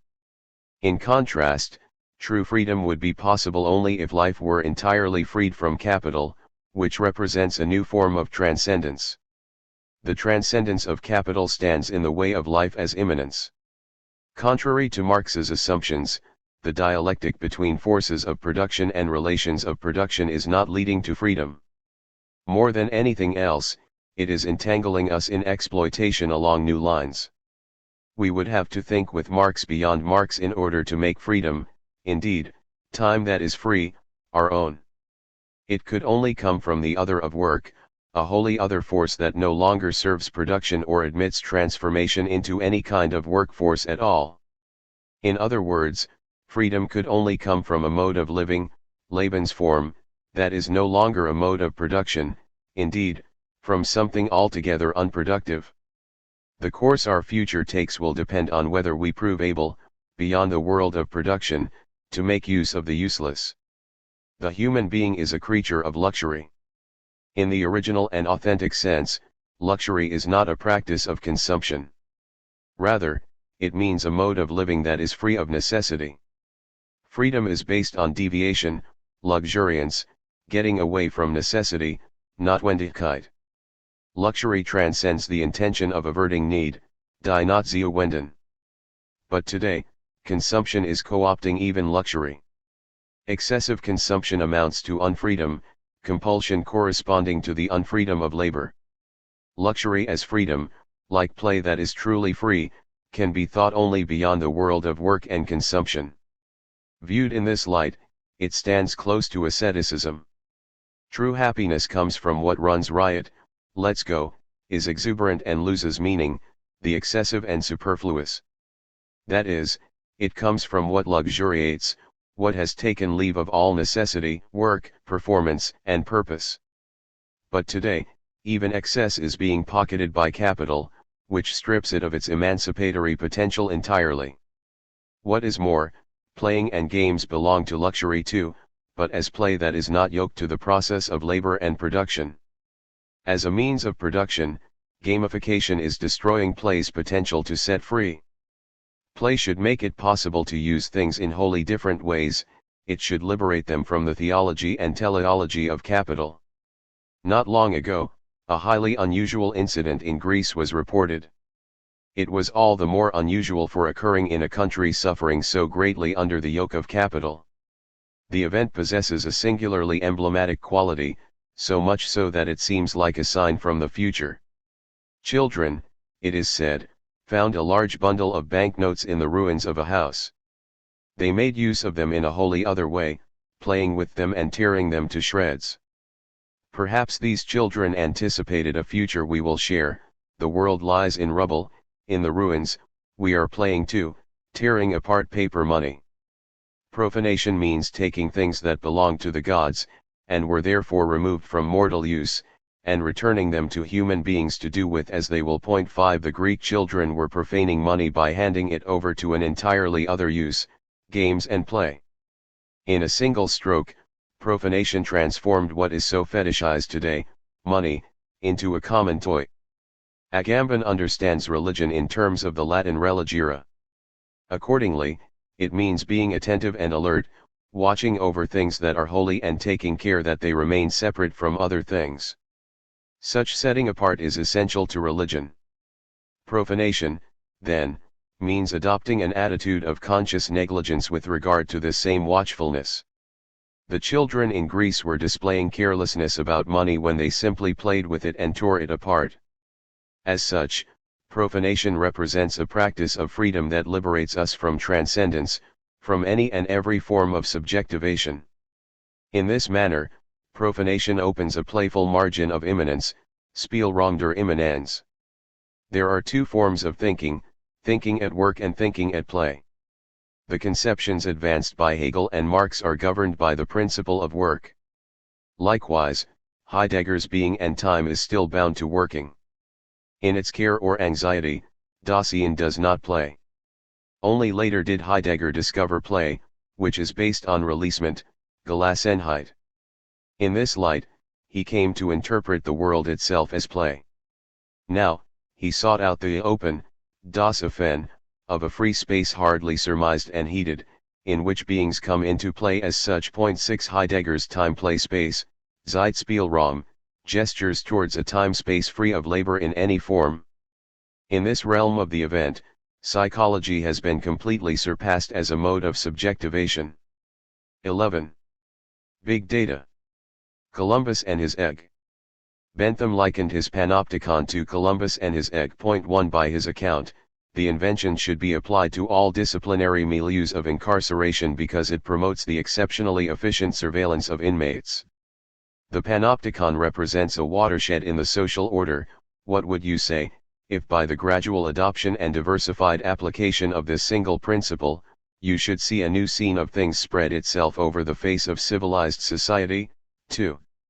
Will big data also prove to be Columbus's egg for the contemporary society of digital control, a system even more effective than Bentham's panopticon? Will it actually manage not just to watch over human behavior, but also to subject it to psychopolitical steering? Is another, wholly unintuited drama poised to redraw the face of civilized society itself? If nothing else, big data has given rise to a highly efficient form of control. Axiom, an American big data company, promises clients a 360-degree customer view. Indeed, the digital panopticon has made possible a wraparound view of those who dwell within it. Bentham's panopticon was confined to a perspectival optical system. This meant that blind spots were unavoidable. Here, prisoners could indulge in secret wishes and thoughts without being observed. Digital surveillance proves so efficient because it is aperspectival. It does not suffer from the perspectival limitations characterizing analog optical systems. Digital optics enables surveillance from any and every angle. It eliminates all blind spots. In contrast to analog and perspectival optics, it can peer into the human soul itself. Dataism. In the pages of the New York Times, David Brooks has announced a data revolution. His words are as prophetic as Chris Anderson's famous article The End of Theory. Dataism is the name of the new faith. If you ask me to describe the rising philosophy of the day, I'd say it is dataism. We now have the ability to gather huge amounts of data. This ability seems to carry with it certain cultural assumptions, that everything that can be measured should be measured, that data is a transparent and reliable lens that allows us to filter out emotionalism and ideology, that data will help us do remarkable things, like foretell the future. The data revolution is giving us wonderful ways to understand the present and the past. Point 3. Dataism has taken the stage with the fervor of a second enlightenment. During the first enlightenment, statistics was thought to possess the capacity to liberate human knowledge from the clutches of mythology. Accordingly, euphoric celebration occurred. In light of such developments, Voltaire even voiced the wish for a new historiography, freed from past superstition. Statistics, as he put it, offers an object of curiosity for anyone who would like to read history as a citizen and as a philosopher. Point 4. Revised by statistics, history would become truly philosophical. As Rudiger Kamp writes, the numbers of statistics provide the basis from which Voltaire can articulate his methodological mistrust of all histories that exist only as narratives. The stories of ancient history accordingly offer an example that borders on mythology for him. 5. Statistics and enlightenment are one and the same for Voltaire. Statistics means setting objective knowledge founded on, and driven by, numbers in opposition to mythological narration. Now, transparency is the buzzword of the Second Enlightenment. Data are supposed to be a pellucid medium. As Brooks describes them, data afford a transparent and reliable lens. The imperative of the Second Enlightenment declares, everything must become data and information. The soul of the Second Enlightenment is data totalitarianism, or data fetishism. Although it announces that it is taking leave of all ideology, dataism itself is an ideology. It is leading to digital totalitarianism. Therefore, a third enlightenment is called for, in order to shine a light on how digital enlightenment has transformed into a new kind of servitude. Big data is supposed to be freeing knowledge from subjective arbitrariness. By this logic, intuition does not represent a higher form of knowing, instead, it represents something merely subjective, a stopgap compensating for the shortage of objective data. In complex situations, the argument goes, intuition is blind. The mistrust even extends to theory, which is suspected of being an ideology. If enough data are available, it should prove superfluous as well. The Second Enlightenment is the age of purely data-driven knowledge. Anderson's visionary rhetoric goes, out with every theory of human behavior, from linguistics to sociology. Forget taxonomy, ontology, and psychology. Who knows why people do what they do? The point is they do it, and we can track and measure it with unprecedented fidelity. With enough data, the numbers speak for themselves. 6. The medium of the first enlightenment was reason. However, imagination, corporeality and desire were repressed in its name. By a fatal dialectic, the first enlightenment switched over into barbarism. Now, in the second enlightenment, which appeals to information, data, and transparency, the same dialectic threatens to do the same. The second enlightenment is summoning forth a new kind of violence. The dialectic of enlightenment holds that the process of illumination that set out to destroy mythology became entangled, with every stride it made, in a mythology of its own. False clarity is only another name for myth. 7 Adorno would say that the transparency of today is another name for myth too, that dataism likewise heralds false clarity.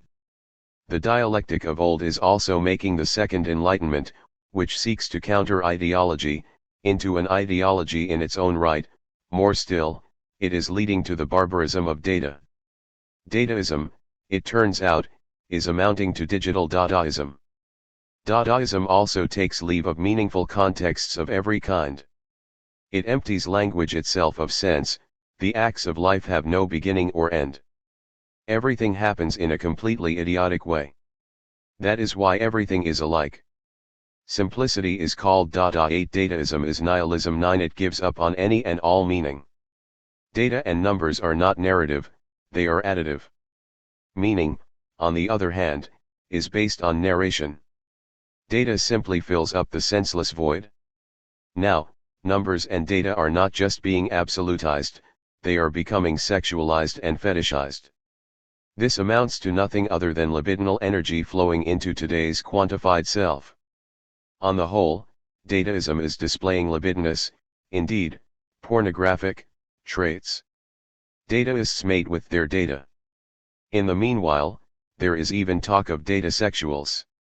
They are relentlessly digital and consider data sexy. 10 The digitus is starting to play the part of the phallus. Quantified self. Belief that life admits measurement and quantification governs the digital age as a whole. Quantified self honors this faith too. The body is outfitted with sensors that automatically register data.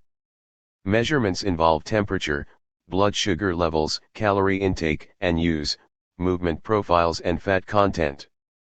The heart rate is taken in a state of meditation. Performance and efficiency still count when relaxing. Moods, dispositions and routine activities are all inventoried as well. Such self-measurement and self-monitoring is supposed to enhance mental performance. Yet the mounting pile of data this yields does nothing to answer the simple question, who am I? Quantified self represents a Dadaist technology too. It empties the self of any and all meaning. The self gets broken down into data until no sense remains. The motto of quantified self is self-knowledge through numbers. But no insight into the self can result from data and numbers alone, no matter how exhaustive they are. Numbers do not recount anything about the self. Counting is not recounting. A sense of self derives from giving an account. It is not counting, but recounting that leads to self-discovery or self-knowledge. In antiquity, the care of the self was also tied to practices of self-observation. Publicatio sui, Tertullian, represented a significant component of paying due attention in this manner. Writing was also important in the culture of taking care of oneself. One of the main features of taking care involved taking notes on oneself to be reread, writing treatises and letters to friends to help them, and keeping notebooks in order to reactivate for oneself the truths one needed. 11. Publicatio sui meant committing to the search for truth. Records of one's life served an ethics of the self. In contrast, dataism self-tracking is devoid of all ethics and truth, it amounts simply to a technology for self-monitoring. When the data collected is published and exchanged, self-tracking comes to resemble self-surveillance more and more. The subject of today's world is an entrepreneur of the self practicing self-exploitation, and, by the same token, self-surveillance. The auto-exploiting subject carries around its own labor camp. Here, it is perpetrator and victim at one and the same time. As a self-illuminating, self-surveilling subject, it bears its own internal panopticon within. Here, there is no difference between guard and inmate. The digitalized, network subject is a panopticon of itself. This ensures that each and every person has now taken on the task of conducting perpetual auto-surveillance. Life logged in full. Today, the clicks we make and the search words we type are stored. Every step is watched and recorded. A complete picture of our lives exists on the internet. Our digital habitus provides an extremely precise likeness of our persons, of our very souls. Perhaps it is even fuller and more accurate than the images we otherwise make of ourselves. The number of web addresses now available is practically unlimited. As such, any item of use can be given its own internet address. Objects themselves are starting to transmit information. They report on our lives, activities, and habits. The expansion of Web 2.0, the Internet of Persons, to Web 3.0, the Internet of Things, is bringing digital control society to completion. Web 3.0 has made it possible to log life in every aspect. Now, the very things we use every day are also surveilling us. We are caught, so to speak, in the total memory of the digital. Bentham's panopticon still lacked an efficient recording system, it had only a punishment log for penalties enacted and the reasons they occurred. Prisoners' actual lives were not taken down. Big Brother had no way of knowing what inmates really thought or desired. In contrast to Big Brother, who could be quite forgetful, Big Data never forgets anything at all. For this reason alone, the digital panopticon is much more efficient than Bentham's. Indeed, in US elections, big data and data mining have proven to be Columbus's egg. Candidates obtain a 360-degree view of voters. Enormous masses of data are gathered from various sources, bought, in fact, and connected to each other in such a way that highly precise voter profiles result. In the process, clients also gain insight into voters' private lives and their very psyche. Through micro-targeting, personalized messages are devised to address and influence voters. As the practical microphysics of power, micro-targeting is data-driven psychopolitics. Likewise, intelligent algorithms make it possible to predict voting behavior and optimize candidates' appeal. Individually calibrated messages to voters are hardly any different than personalized advertisements. More and more, voting and buying, the state and the market, citizens and consumers are coming to resemble each other. Micro-targeting is becoming the standard practice of psychopolitics. The census, which represents a biopolitical practice of disciplinary society, provides material that may be used demographically, but not psychologically. Biopolitics is incapable of enabling subtle interventions in the psyche. In contrast, digital psychopolitics manages to intervene in psychic processes in a prospective fashion. Quite possibly, it is even faster than free will. As such, it could overtake it. If so, this would herald the end of freedom. Point 12. The digital unconscious. It is possible that big data can even read desires we do not know we harbor. After all, under certain circumstances we develop inclinations that elude consciousness. Often, we do not even know why we suddenly experience a certain need. For instance, at a given stage of pregnancy, a woman may crave a particular product, yet this impulse marks a correlation of which she remains unaware. She buys the item, but she doesn't know why. That's how it is. Conceivably, this "that's how it is," yes is so, exists in psychic proximity to the Freudian ID, yes, which escapes the ego and consciousness. In this light, big data is making the ID into an ego to be exploited psychopolitically. If big data has access to the realm of our unconscious actions and inclinations, it is possible to construct a psychopolitics that would reach deep into our psyche to exploit it. According to Walter Benjamin, the movie camera affords access to the optical unconscious. With the close-up, space expands, with slow motion, movement is extended. Clearly, it is another nature which speaks to the camera as compared to the eye. Other above all in the sense that a space informed by human consciousness gives way to a space informed by the unconscious. We are familiar with the movement of picking up a cigarette lighter or a spoon, but know almost nothing of what really goes on between hand and metal, and still less how this varies with different moods. This is where the camera comes into play, with all its resources for swooping and rising, disrupting and isolating, stretching or compressing a sequence, enlarging or reducing an object. It is through the camera that we first discover the optical unconscious, just as we discover the instinctual unconscious through psychoanalysis. Point 13. One may understand big data in analogy to a movie camera. As a digital magnifying glass, data mining would enlarge the picture of human actions. Behind the framework of consciousness it would then disclose another scene shot through with unconscious elements. Big data's microphysics, then, would make actimes visible, that is, micro-actions that elude detection by the waking mind. Thus, big data could also bring to light collective patterns of behavior, of which individuals are unaware. This would render the collective unconscious accessible. In analogy to the optical unconscious, one could call such a microphysical or micropsychical web of relations the digital unconscious. As such, digital psychopolitics would be in the position to take control of mass behavior on a level that escapes detection. Big business. Today, big data is not just taking the stage as Big Brother, it is also taking the form of big business.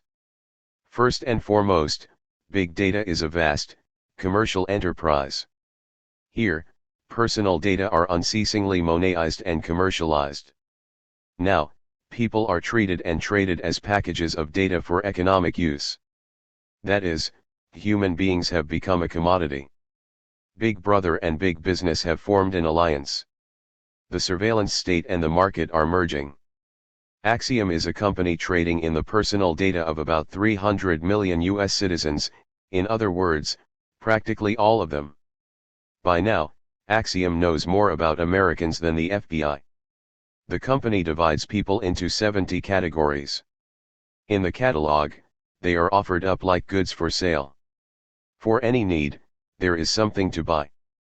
People with a low economic value are designated as waste, that is, trash. Consumers with a higher market value are found in the group shooting star. From ages 36 to 45 they are dynamic, get up early to go jogging, have no children but are married, like to travel, and watch Seinfeld. Big data is leading to the emergence of a new digital class society. Human beings assigned to the waste category belong to the lowest class. People with a bad score are denied credit. Thus, the panopticon has been joined by a banopticon. Point 14. The panopticon kept watch over prisoners of the system who were incarcerated. The banopticon, on the other hand, is a dispositive that identifies persons who stand outside the system or are hostile to it, and excludes them. The classical panopticon served to discipline. In contrast, the banopticon ensures the system's security and efficiency. The digital banopticon identifies human beings without economic value as waste. Waste is something to be eliminated. They are all redundant. The rejects or refuse of society. To sum up, waste. Waste, by definition, is the antonym of utility. It denotes objects without possible use. Indeed, the sole accomplishment of waste is soiling and cluttering up the space that could otherwise be usefully employed.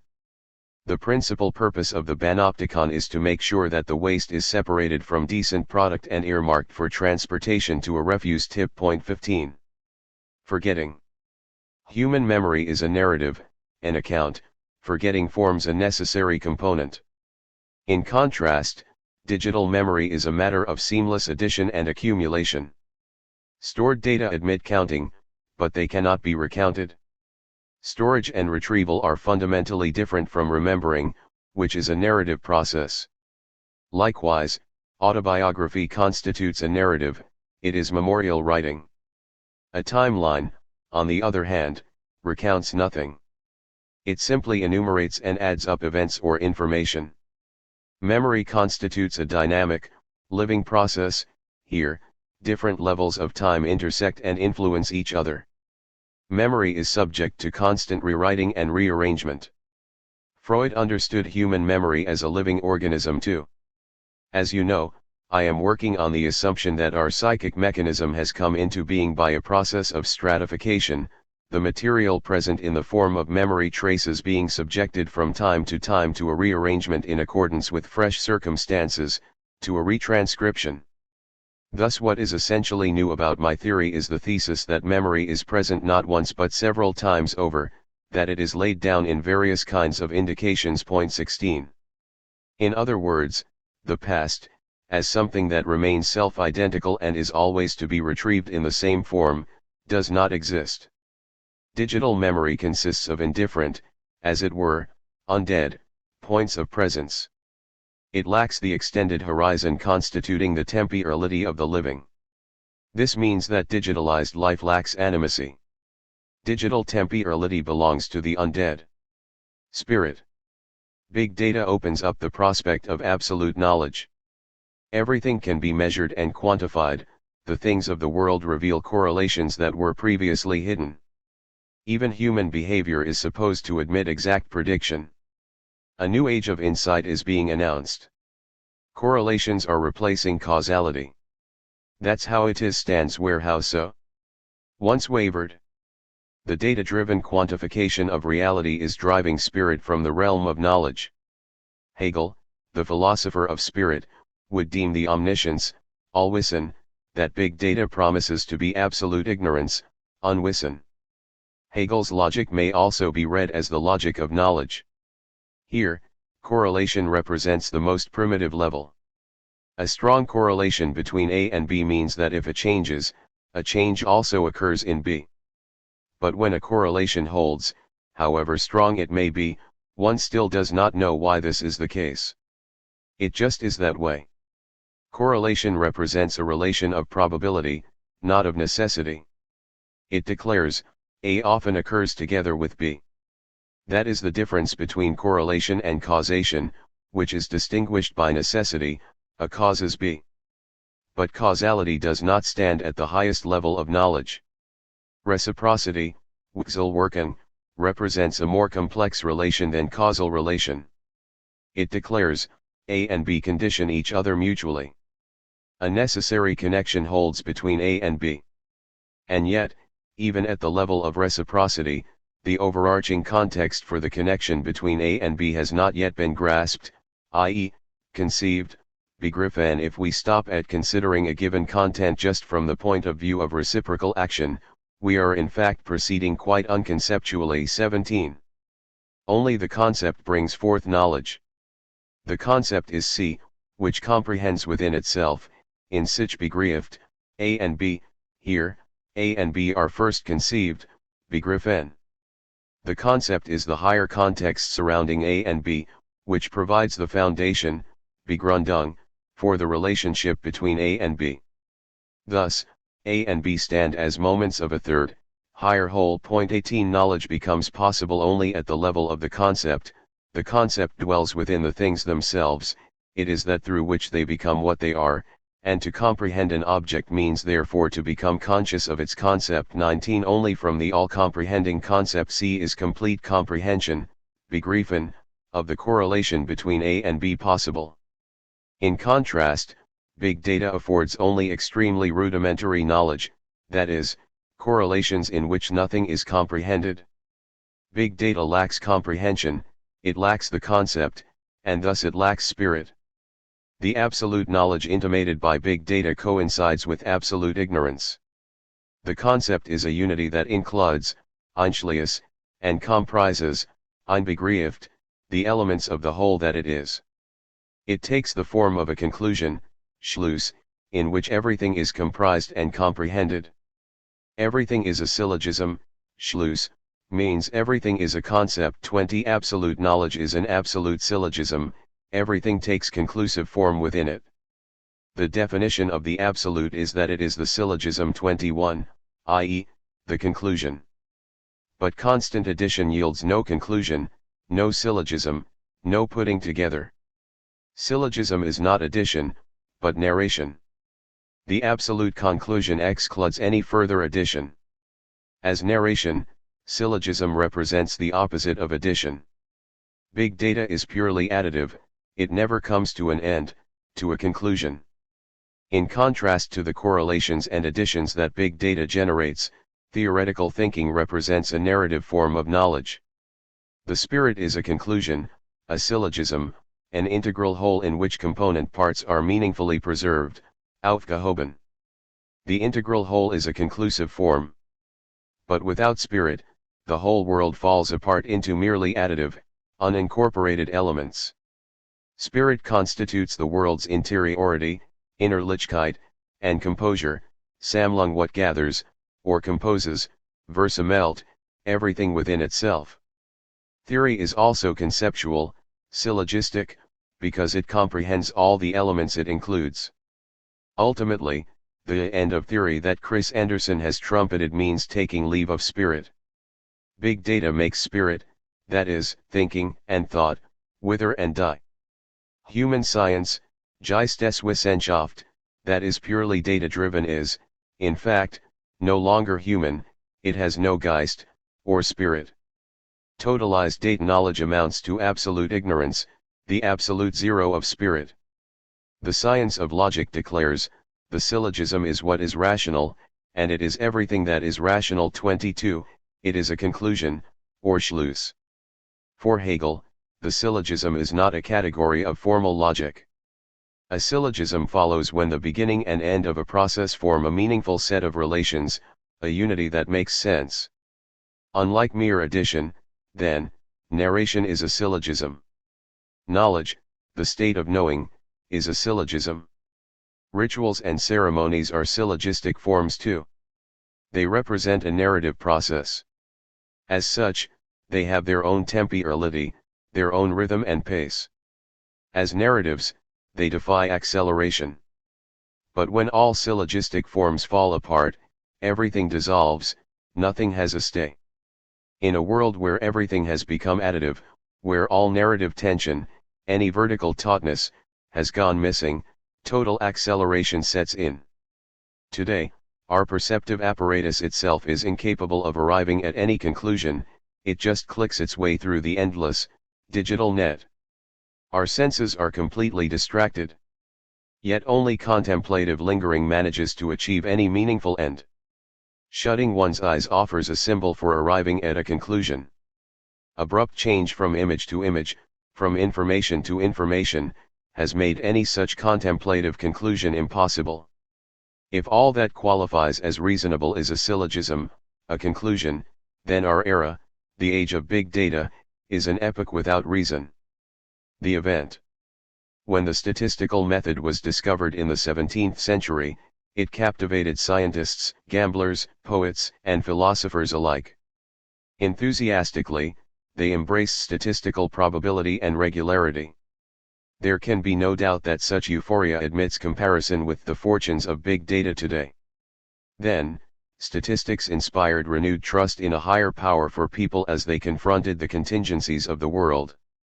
For instance, an 18th-century treatise by John Arbuthnot was called An Argument for Divine Providence, taken from the regularity observed in the British births of both sexes.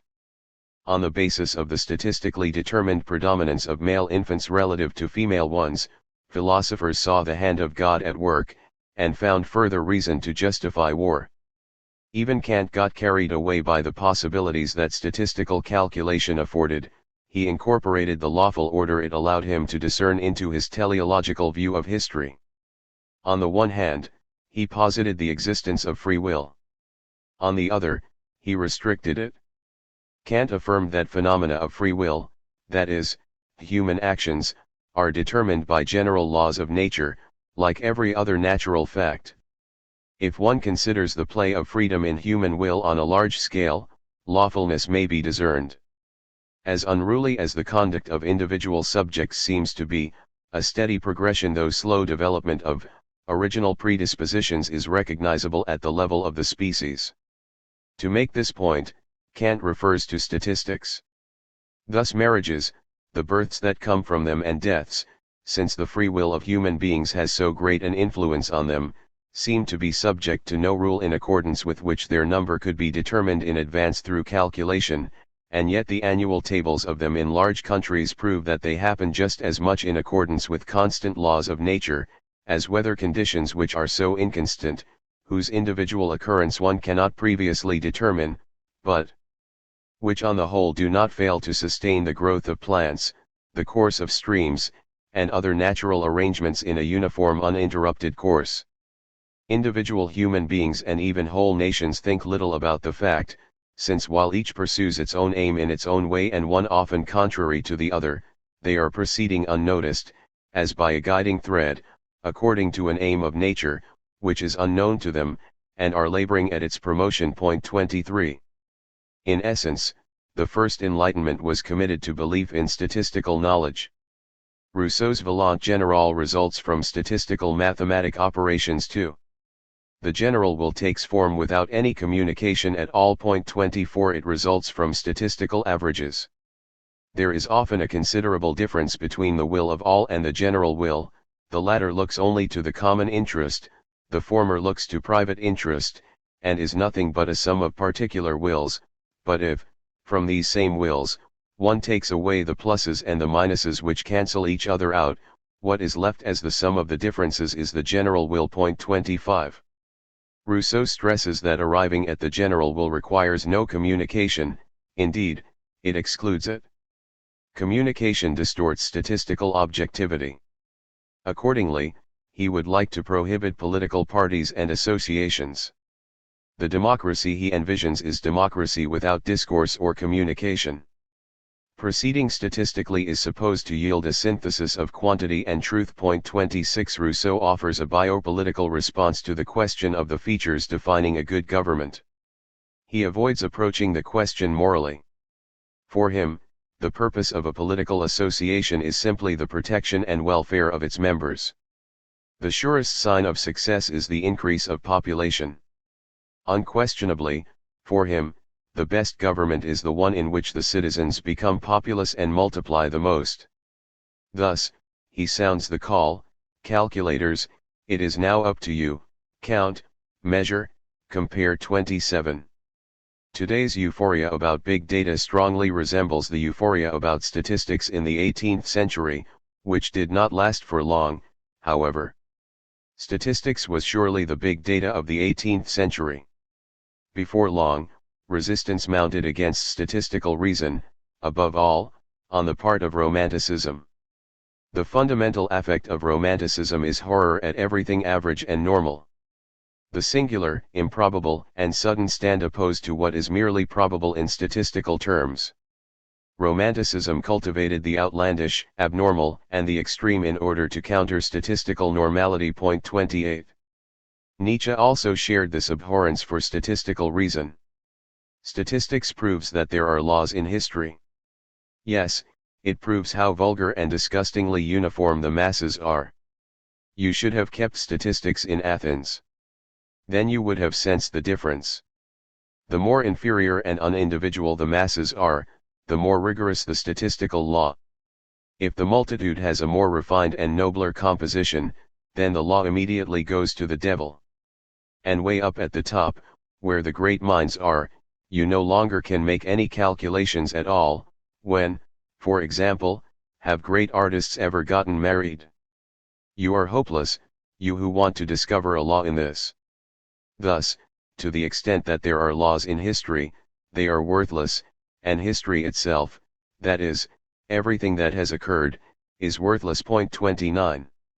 Statistics does not take into consideration great active individuals on the stage of history, but only, the supernumeraries stati stand. 30 Nietzsche inveighs against a version of history that takes the great drives of the masses to be what is important and that views all great men merely as their expression, as the bubbles that become visible on the surface of the flood. 31. For Nietzsche, the figures of statistics prove only that man is a herd animal. He observes that die Menschenzumen im gleich werden. 32 This means both that people are increasingly growing equal and that people batten, i.e., grow fat as they become the same. Such Gleichschaltung also characterizes our contemporary society of transparency and information. When everything is made visible at once, deviations can scarcely occur. Transparency entails a compulsion to conform, which eliminates the other, the alien, and the deviant. Above all, big data makes collective patterns of behavior visible. Dataism is augmenting Zunman im Gleichwerden, or hypertrophied sameness. Data mining does not differ from statistics in any fundamental way. The correlations it lays bare represent only what is likely in statistical terms. It calculates average values. As such, big data has no access to what is unique. Big data is wholly blind to the event. Not what is statistically likely, but what is unlikely, the singular, the event, will shape history, in other words, the future of mankind. Thus, big data is blind to the future too. 12. Beyond the subject. What Nietzsche refers to as the naturification, Vernaderlichung, of the human being includes readiness for what is absolutely sudden and thwarting, das absolut plötzliche und durchkreuzend. Point 1. The event, which annuls what has held until now, the standing order, proves just as incalculable and abrupt as a natural disaster or act of God. It defies all calculation and prediction. When it occurs, an entirely new state of affairs begins. The event brings into play an outside, which breaks the subject open and wrests it from subjection. Events represent breaks and discontinuities, they open up new spaces for action. Following Nietzsche's lead, Foucault also advances a conception of history that deals with events in terms of their most unique characteristics, their most acute manifestations. Point 2. Event, for Foucault, means the reversal of a relationship of forces, the usurpation of power, the appropriation of a vocabulary against those who had once used it. Point 3. When an event occurs, one suddenly speaks another language. It entails a break with all certainty that has held until now, inasmuch as it calls to life a wholly different constellation of being. Events are turns, Karen, where a reversal, an overthrow, of domination occurs. The event means that something takes place, something that was wholly absent from conditions beforehand. In contrast to experiencing, or Leibniz, experience, Erfahrung, is founded on discontinuity. Experience means transformation.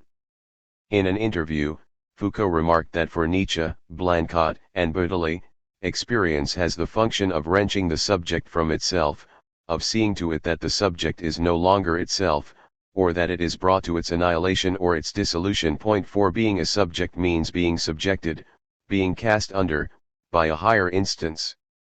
Experience tears the subject out from subjection, out of its downcast state. It signifies the opposite of the neoliberal psychopolitics of experiencing or emotion, which only ensnares the subject deeper and deeper in the state of subjection and subjugation. Following Foucault, the art of living may be understood as a practice of freedom, bringing forth an entirely different mode of existence. It unfolds as depsychologization. The art of living is the art of killing psychology, of creating with oneself and with others unnamed individualities, beings, relations, qualities. If one can't manage to do that in one's life, that life is not worth living. 5. The art of living stands opposed to the psychological terror through which subjugating subjectivation occurs. Neoliberal psychopolitics is a technology of domination that stabilizes and perpetuates the prevailing system by means of psychological programming and steering. Accordingly, the art of living, as the praxis of freedom, must proceed by way of depsychologization. This serves to disarm psychopolitics, which is a means of effecting submission. When the subject is depsychologized, indeed, devoided, antlered, it opens onto a mode of existence that still has no name, an unwritten future. 13.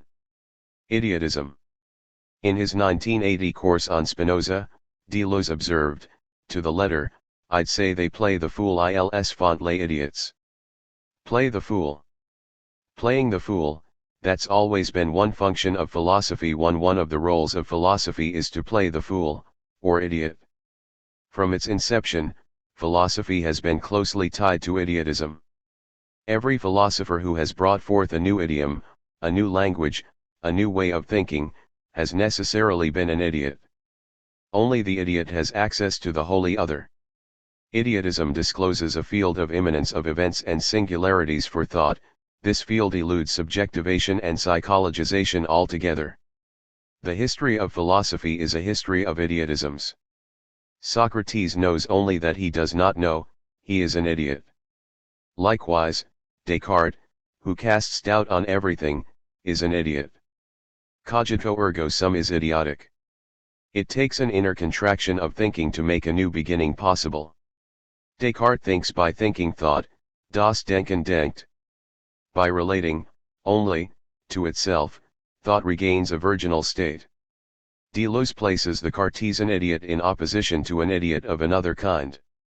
The old idiot wanted indubitable truths at which he could arrive by himself, in the meantime he would doubt everything. The new idiot has no wish for indubitable truths, he wills the absurd. This is not the same image of thought. The old idiot wanted truth, but the new idiot wants to turn the absurd into the highest power of thought. Point 2. Today, it seems, the type of the outsider, the idiot, the fool, has all but vanished from society. Thoroughgoing digital networking and communication have massively amplified the compulsion to conform. The attendant violence of consensus is suppressing idiotisms. Both O. Strauss pinpoints the difference between contemporary conformism and bourgeois convention of old. For him, the idiot, it's as if everyone else were speaking in subtle attunement with each other, brought down to the most agreeable level vertraglichsten Stimmungsgrad. This is a far more implacable convention than any convention known before, in bourgeois times. 3. The idiot is idiosyncratic. Literally, idiosyncrasy refers to a specific and peculiar mixture of the body's humors and the oversensitivity this entails. When communication is to be accelerated, idiosyncrasy poses an obstacle inasmuch as it amounts to an immunological defense against the other. Idiosyncrasy stands in the way of unbounded communicative exchange. Accordingly, immunosuppression is necessary for acceleration to proceed. But now, immune responses are subjected to massive suppression so that information will circulate faster and capital will accelerate. Communication achieves maximum velocity when the same reacts to the same. In contrast, the resistance and recalcitrance of otherness, of foreignness, troubles and impedes the smooth communication of the same. In the inferno of the same, communication attains its highest speed. In light of compulsive and coercive communication and conformism, idiotism represents a practice of freedom. By nature, the idiot is unallied, unnetworked, and uninformed. The idiot inhabits the immemorial outside, which escapes communication and networking altogether. The idiot spins about like a plucked rose in the whirling river of single-minded people, people in consent, those who have been incorporated and belong to a wondrous, common understanding. 4. The idiot is a modern-day heretic. Etymologically, heresy means choice. Thus, the heretic is one who commands free choice, the courage to deviate from orthodoxy. As a heretic, the idiot represents a figure of resistance opposing the violence of consensus. The idiot preserves the magic of the outsider. Today, in light of increasingly coercive conformism, it is more urgent than ever to heighten heretical consciousness. Idiotism stands opposed to the neoliberal power of domination, total communication and total surveillance. The idiot does not communicate. Indeed, he communicates with the incommunicable. As such, the idiot veils himself in silence. Idiotism erects spaces for guarding silence, Freiraum des Schweigens, quiet, and solitude, where it is still possible to say what really deserves to be said.